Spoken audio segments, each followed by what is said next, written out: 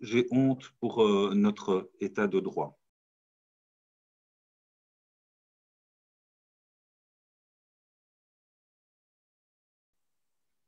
Le procès qui débutera ce lundi 23 novembre dans l'affaire Maouda n'abordera qu'une partie des faits, les circonstances du tir mortel d'un policier durant une course-poursuite sur une autoroute belge dans la nuit du 16 au 17 mai 2018.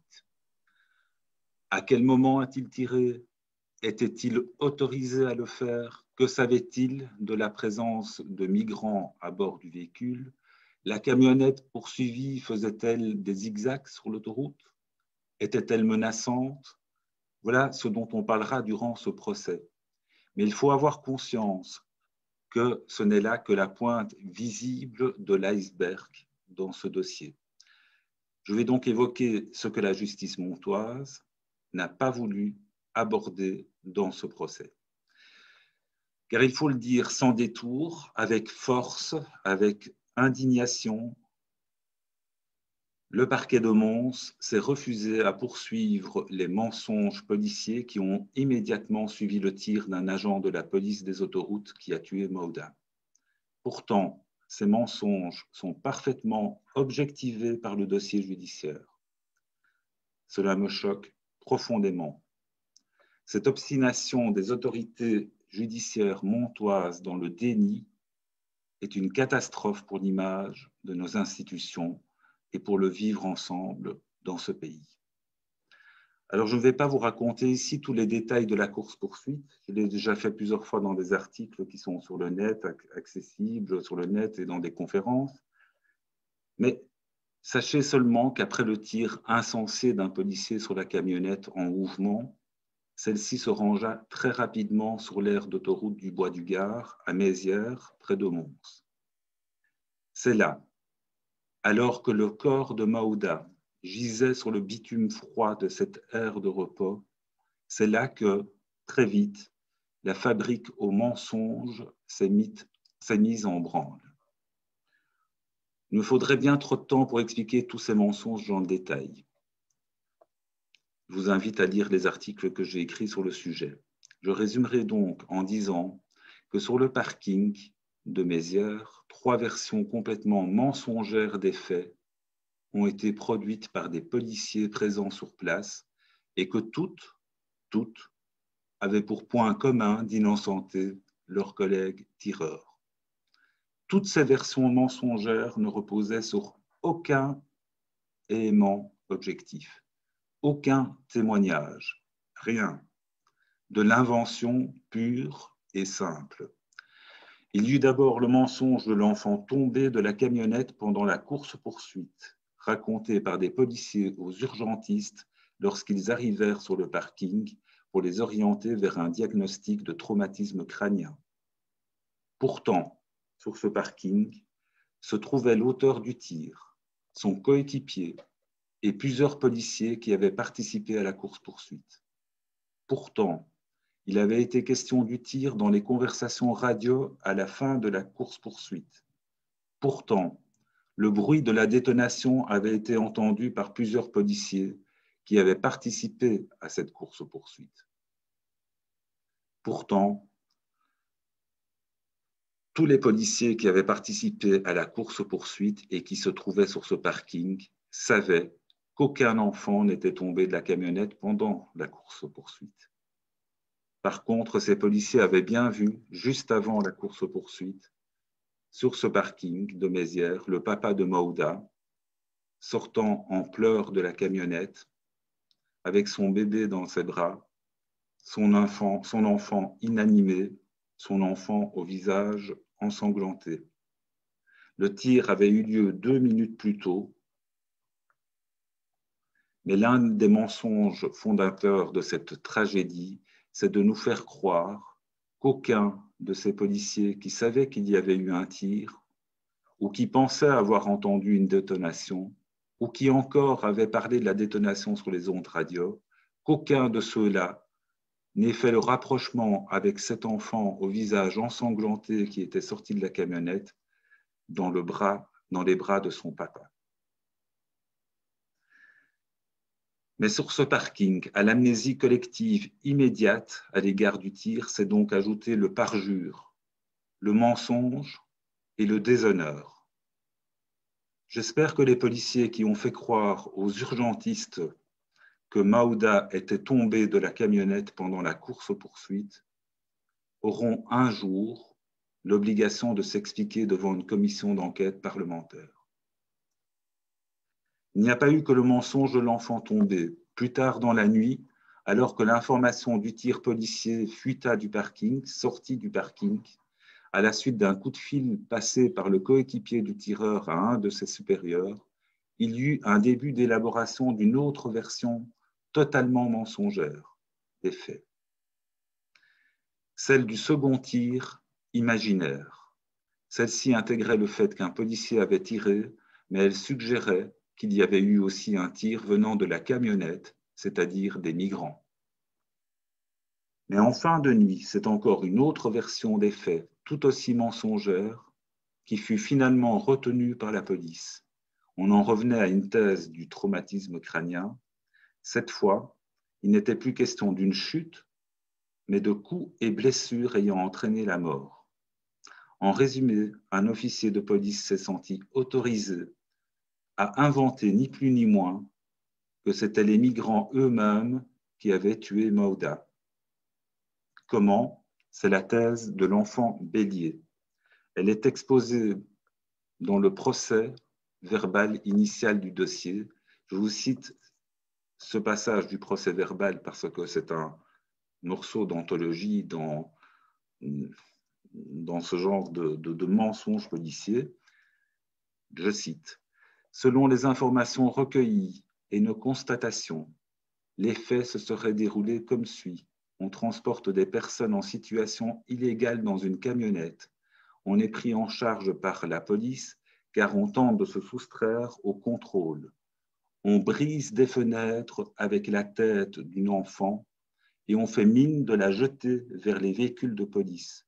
Les coups occasionnés à l'enfant entraînent un traumatisme crânien et le décès de l'enfant.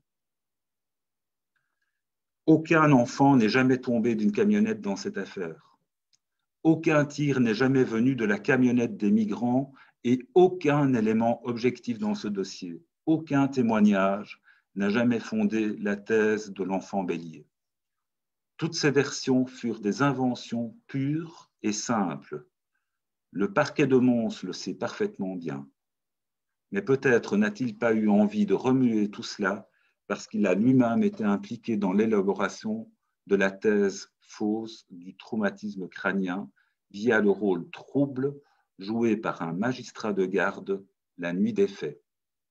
Ce magistrat de garde qui, durant la nuit tragique, œuvra pour que le comité P, la police des polices, ne descende pas sur le parking. Dans cette affaire, il y a eu des menteurs, mais il y a eu aussi des policiers qui ont voulu faire leur travail, tel un officier de garde qui, ayant appris au milieu de la nuit qu'il y avait eu un tir lors de l'intervention de Mézières et qui souhaitait que le comité P descende sur le parking. J'appellerai cet officier avisé Patrick, c'est évidemment un prénom fictif. Patrick ne se trouvait pas avec ses collègues sur le parking. Il est donc étranger aux histoires d'enfants tombés, de tirs imaginaires, etc. Mais Patrick n'avait pas le pouvoir de saisir lui-même le comité P. Cette prérogative appartient au parquet. Au milieu de la nuit, Patrick téléphone donc au magistrat de garde. Ce magistrat lui dit « Pas question de faire descendre le comité P ». Ce magistrat dit à Patrick de contacter un médecin légiste bien précis. Il lui donne son nom. Appelons ce médecin David, c'est aussi un prénom fictif. Le magistrat dit à Patrick « Demandez à David qu'il se rende au chevet de l'enfant pour déterminer s'il y a trace ou non d'une blessure par balle. » Que fait David? Il se contente de téléphoner au médecin urgentiste qui était intervenu sur le parking quelques heures plus tôt et qui avait cru à l'histoire de l'enfant tombé racontée par les policiers. Le médecin David revient ensuite vers Patrick en lui disant que le médecin urgentiste a confirmé qu'une mort par balle est exclue. Patrick répercute l'information à l'officier qui coordonne les opérations sur le parking. Appelons cet officier Henri, encore un prénom fictif. Alors que quelques instants plus tôt, Henri travaillait sur l'hypothèse inventée du second tir venant de la camionnette, il change immédiatement son fusil d'épaule et se met à inventer une histoire qui pourrait coller à une mort de Maouda, s'expliquant par un traumatisme crânien. Reprendre l'histoire de l'enfant tombé, ce n'est pas possible parce qu'il n'y a aucun témoin d'une chute de la camionnette. Mais Henri a beaucoup d'imagination. Il invente alors l'histoire de l'enfant bélier. Dans différentes conférences de presse, un porte-parole du parquet de Mons, le procureur du roi de Mons, mais encore le procureur général de Mons ont protégé la police en disant qu'au début de l'enquête, les policiers qui étaient sur le parking avaient vraiment cru que Maouda était morte d'un traumatisme crânien parce qu'ils avaient été induits en erreur par le médecin urgentiste qui avait, entre guillemets, exclu une mort par balle. La vraie histoire est bien différente. Ce sont des policiers sur le parking qui ont fait croire aux urgentistes que Maouda avait été victime d'une chute pendant la course-poursuite pour diriger les urgentistes vers une thèse de traumatisme crânien. Les urgentistes ont cru les policiers. Affairés à sauver l'enfant en pratiquant des gestes de réanimation, ils n'ont pas compris que la blessure qu'ils entrevoyaient sur le visage ensanglanté de la victime était une blessure par balle. Le fait qu'ils n'aient pas compris ce que signifiait la blessure sur le visage de Maouda m'a troublé. Mais je me suis renseigné auprès d'un légiste réputé, le professeur Boxer à Liège. Il m'a confirmé que des praticiens non spécialisés en médecine légale peuvent passer à côté d'une blessure par balle, surtout quand des policiers leur assurent qu'il n'y a pas eu de tir. Le porte-parole du parquet de Mons a même été jusqu'à prétendre qu'il y avait eu un rapport de l'urgentiste disant qu'une mort par balle était exclue. Cela n'est pas un mensonge de la police, c'est un mensonge du parquet de Mons.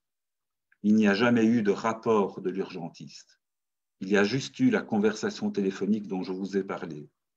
Mais le pire, c'est que lors de cette conversation téléphonique, le médecin urgentiste n'a pas eu les mots que le légiste David lui a prêtés.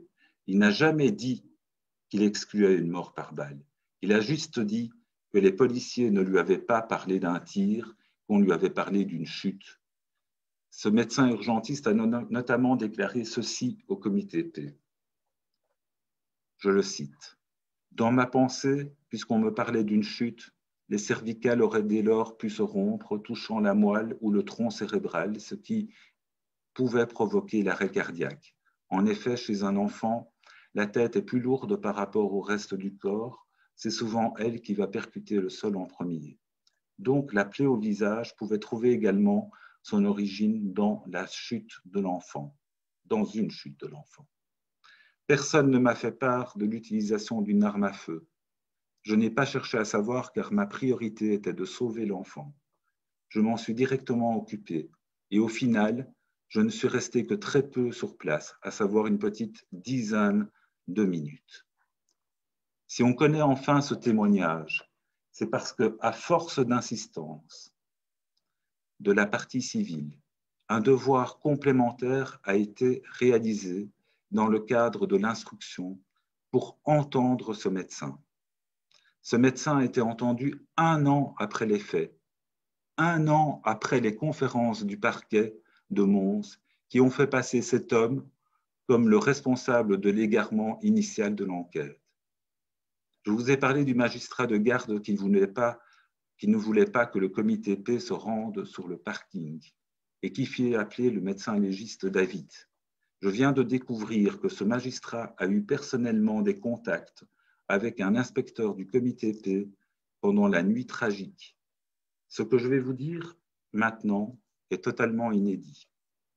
Cela ressort d'un rapport qui a été rédigé par cet enquêteur du comité P qui avait été prévenu par Patrick qu'il y avait eu un tir policier mais qu'en même temps, le magistrat ne voulait pas le voir débarquer sur le parking.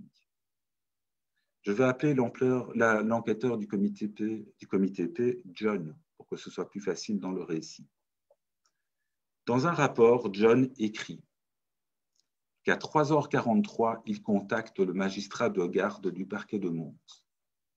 John note dans son rapport, j'ouvre les guillemets, celui-ci, donc le magistrat de garde, nous informe qu'il ne dispose d'aucun renseignement sur la manière dont l'enfant est décédé et qu'il a requis un médecin légiste afin d'examiner le corps de l'enfant.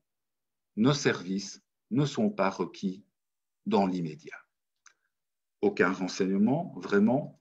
Le procès-verbal initial du dossier renseigne que le magistrat de garde a été informé du tir policier à 3h10 du matin. Encore une fois, il n'y a pas eu que des policiers qui ont menti dans ce dossier. Peu convaincu de la réponse qui lui a été faite par le magistrat, John téléphone à l'officier Henri qui se trouve sur le parking de Mézières. Cet officier Henri qui inventera bientôt la fausse histoire de l'enfant bélier. John note dans son rapport qu'à 4h du matin, Henri lui confirme qu'il y a eu un tir policier, mais que dans le même temps, Henri précise n'avoir constaté sur la petite fille décédée, donc j'ouvre bien les guillemets, n'avoir constaté sur la petite fille décédée aucun impact de projectile apparent. Mais il indique que son visage était ensanglanté. À 7h du matin, cette nuit-là, le magistrat de garde appelle lui-même John, l'enquêteur du comité P, pour lui confirmer que l'intervention du comité P n'est toujours pas requise. Et ce qu'il lui dit est stupéfiant. Je suis tombé de ma chaise en découvrant ça ces jours-ci. Bien sûr, le magistrat confirme, et je le cite, que selon le médecin légiste requis, la petite fille serait décédée suite à une violente commotion cérébrale et non suite à l'usage d'une arme à feu. On a vu comment cette information est venue par un simple coup de fil au médecin urgentiste qui n'avait pas dit ça.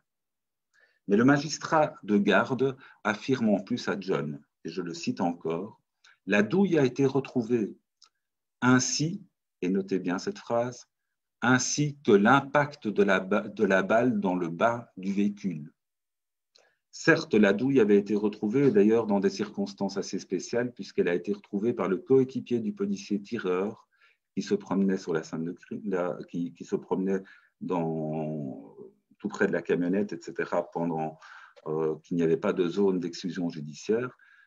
Mais toujours est-il que cette douille a donc été retrouvée par le coéquipier du tireur sur le pare-brise du véhicule de police duquel le tir est parti. Elle était coincée au niveau de l'attache de l'essuie-glace passager avant. Par contre, jamais dans ce dossier, jamais on a trouvé un impact de balle dans le bas du véhicule. Cette information est totalement fausse. C'est une information qui était évidemment à ce moment-là précis de nature à renforcer l'idée que le tir policier n'avait pas touché Maouda puisque la balle s'était encastrée puisqu'on disait que la balle s'était encastrée dans le bas du véhicule. Le magistrat de garde a donc désinformé le comité T. Était-ce son mensonge ou répercutait-il un mensonge venant des policiers présents sur le parking? Une confrontation devant une commission d'enquête parlementaire pourrait le déterminer. Plusieurs éléments dans ce dossier laissent donc à penser que le parquet de Mons a joué un rôle trouble dans l'élaboration des mensonges initiaux de l'affaire, à tel point qu'il m'apparaît peu éthique que ce soit ce même parquet qui soit appelé à représenter la société dans le procès Maouda. Celui-ci est en quelque sorte juge et partie.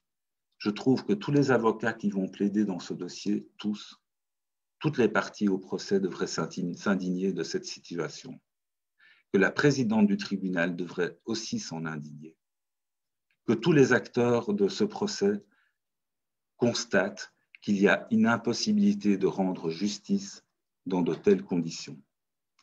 Ce qui traverse aussi ce dossier, c'est l'inhumanité, et elle a atteint son paroxysme Au moment où la maman de la petite Mauda ne put accompagner son enfant dans l'ambulance qui la conduisait à la morgue de Jolimont.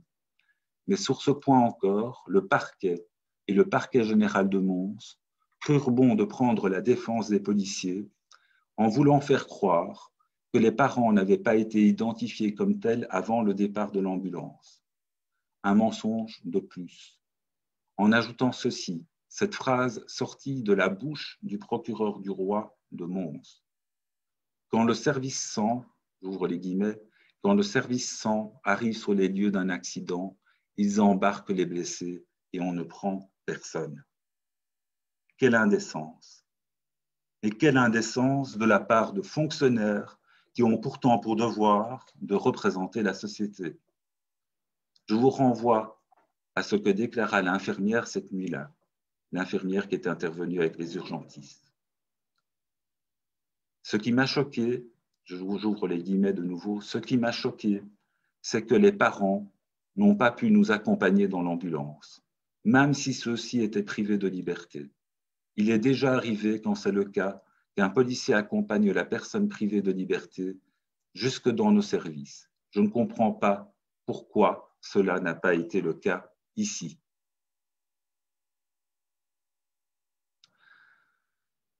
Ce n'est pas tout.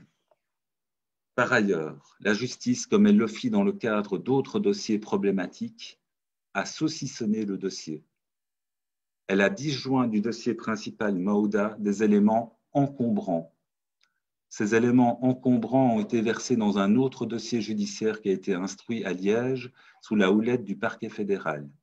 J'utiliserai une métaphore pour que l'on comprenne mon propos à cet égard, celle d'un livre dont on aurait retiré le premier chapitre avec pour conséquence qu'on n'est plus en mesure de comprendre le début de l'histoire et donc toute l'histoire. Ces éléments encombrants sont relatifs à une opération de police transfrontalière franco-belge impliquant des magistrats français et belges du parquet de Dunkerque, du parquet de Gand et des policiers français et belges de la BMR, Brigade mobile de recherche de Coquelles, et de la police judiciaire de Flandre orientale.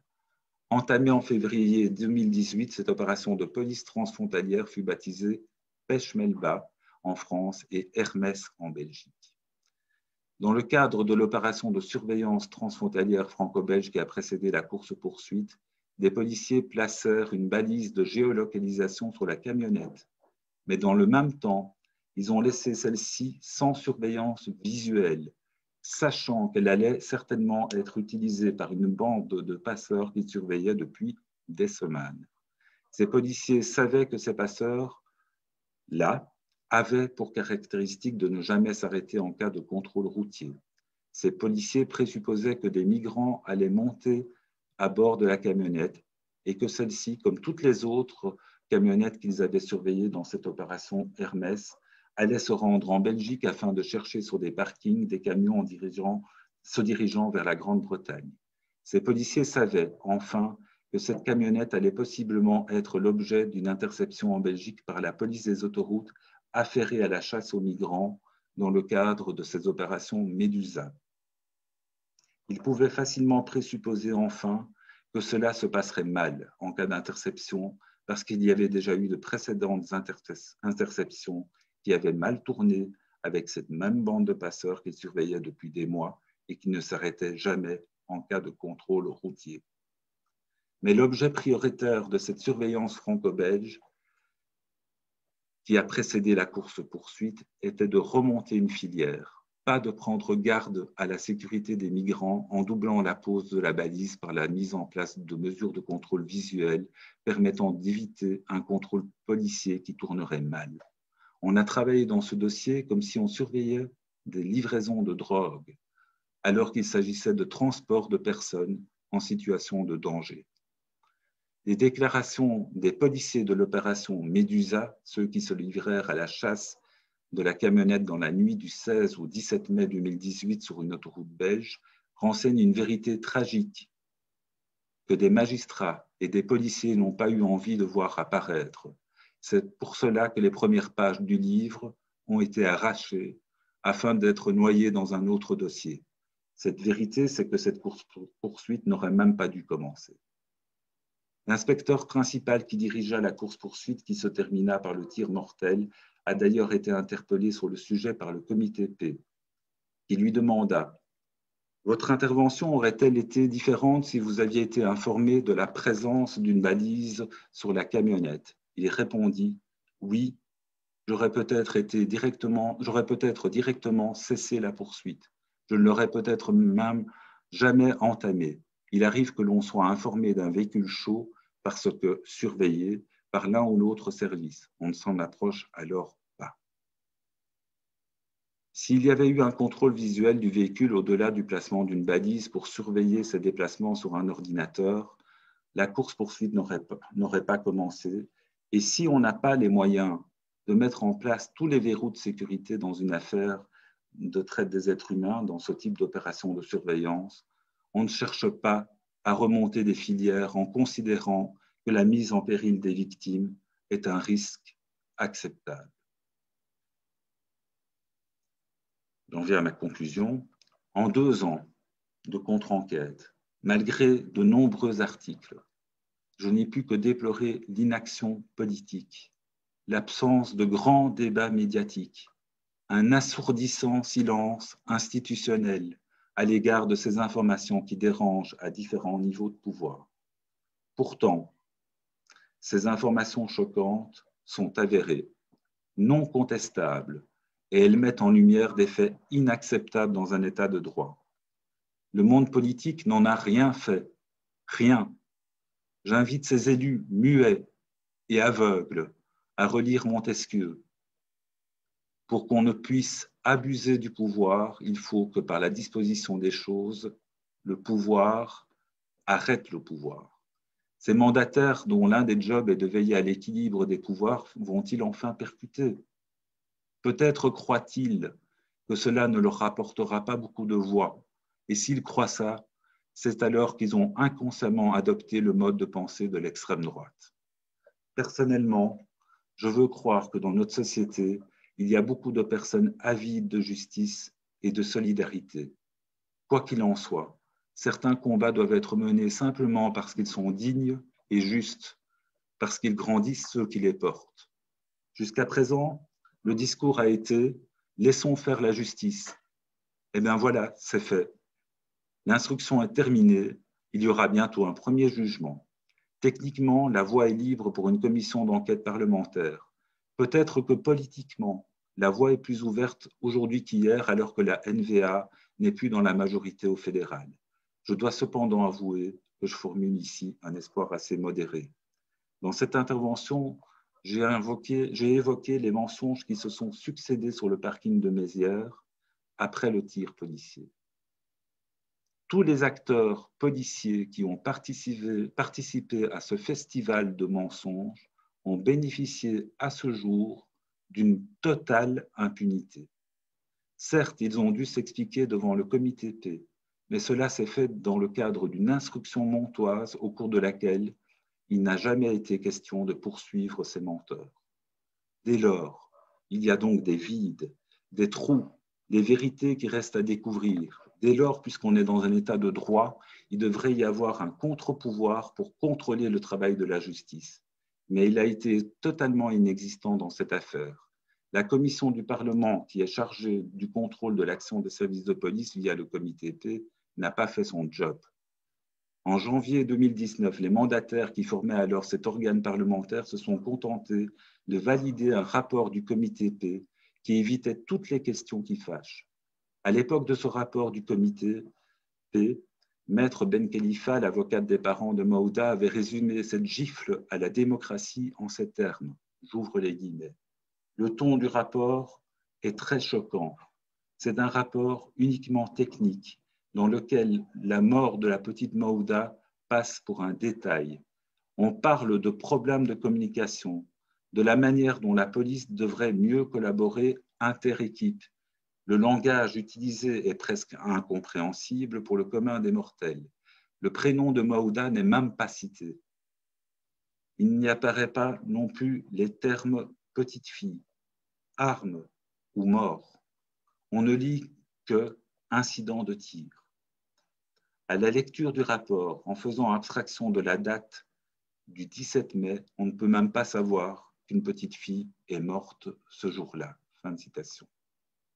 Pour sauver ce qui peut encore l'être dans la lamentable gestion institutionnelle de ce dossier, il est impératif de créer une commission d'enquête parlementaire disposant des pouvoirs d'un juge d'instruction, afin de confronter toutes les versions contradictoires, de débusquer tous les mensonges, de mettre un stop clair et net à l'impunité dans l'affaire Maouda. Cela serait un signal fort. Il faut que ceux qui mentent aient peur. Il faut que ceux qui voudraient mentir à l'avenir sachent qu'il leur en coûtera. Si les politiques ne réagissent pas maintenant, il y aura matière à plus d'inquiétude encore. Au lieu de convoquer Montesquieu, on se rapportera alors à la sagesse populaire, à ce proverbe qui ne dit mot consent. Il faudrait prendre acte que nos élus consentent que la justice ferme les yeux sur des mensonges policiers dans une affaire d'homicide dont la victime innocente était une enfant de 2 ans.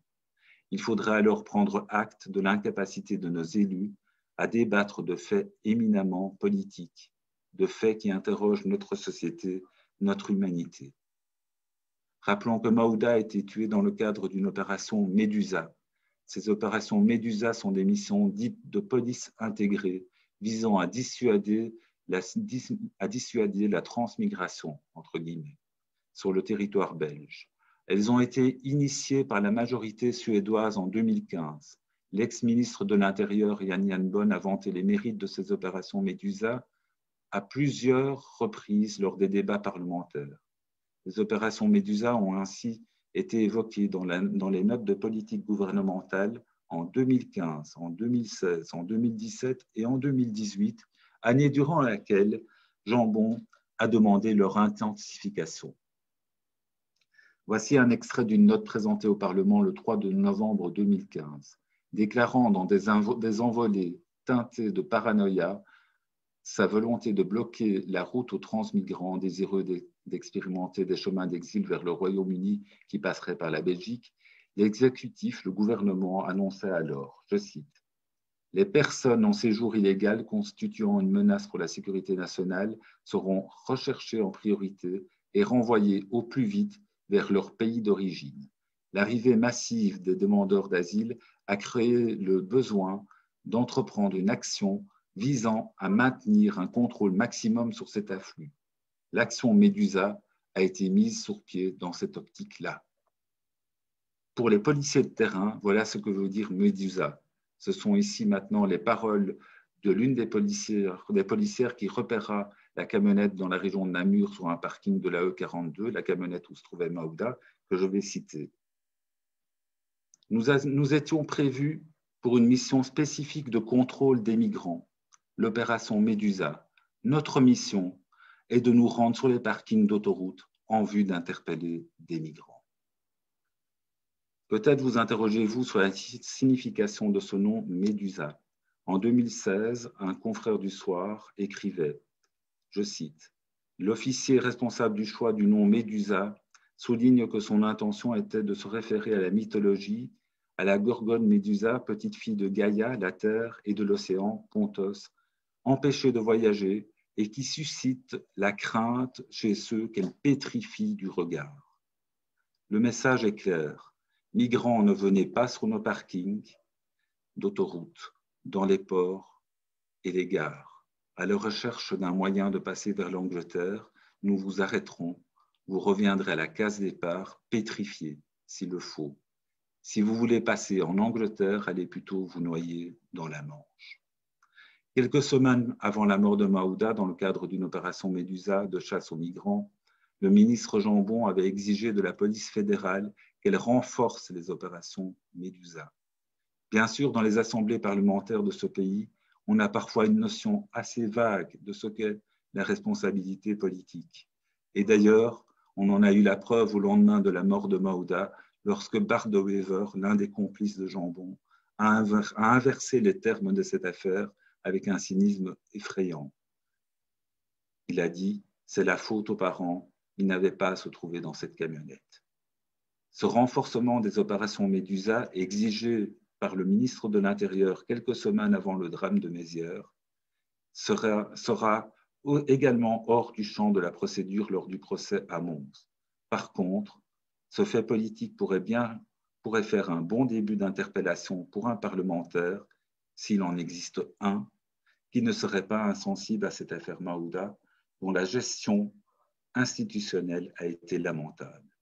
Je terminerai en disant encore une fois que j'ai honte, mais j'ai honte aussi pour notre démocratie.